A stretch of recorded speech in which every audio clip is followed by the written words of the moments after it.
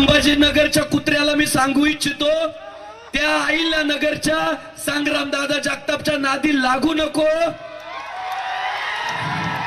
लहानपणी फक्त चिकनी चमेली चिकनी चमेली चिकनी चमेली जर आईला नगर मध्ये येऊन करशील ना, तो संग्रामदादा जगताप आहे ना मुळा सगळं देईल। कशाला नादाला लागतो?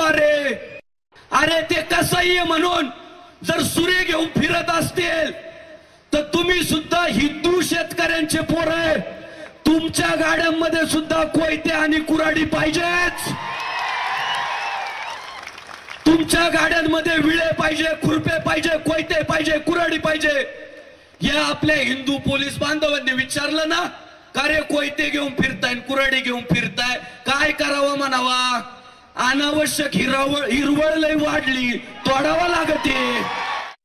म्हणजे आपले खरे शत्रू आपल्या हिंदू धर्मातल्या जाती नाहीये, आपले खरे शत्रू हे हिंदू धर्मातल्या जाती जातींमध्ये भांडणं लावणारे जे भांडकुळ आहे ते आपले शत्रू आहे। आणि म्हणून पुढच्या काळात जर गोरक्षकावर हल्ला झाला तर संग्राम बापू भंडारेला फोन काय आला पाहिजे माहितीये का? बापू त्याने एक वार केला, आपण कार्यक्रम लावून आलो। मला पुढच्या काळामध्ये पोरांना भगतसिंग व्हावं लागलं, झालं पाहिजे। पुढच्या काळामध्ये शिवराय व्हावं लागलं, झालं पाहिजे। पुढच्या काळामध्ये संभाजीराजे व्हावं लागलं, झालं पाहिजे। पुढच्या काळामध्ये नथुरामजी गोडसे व्हावं लागलं, झालंच पाहिजे।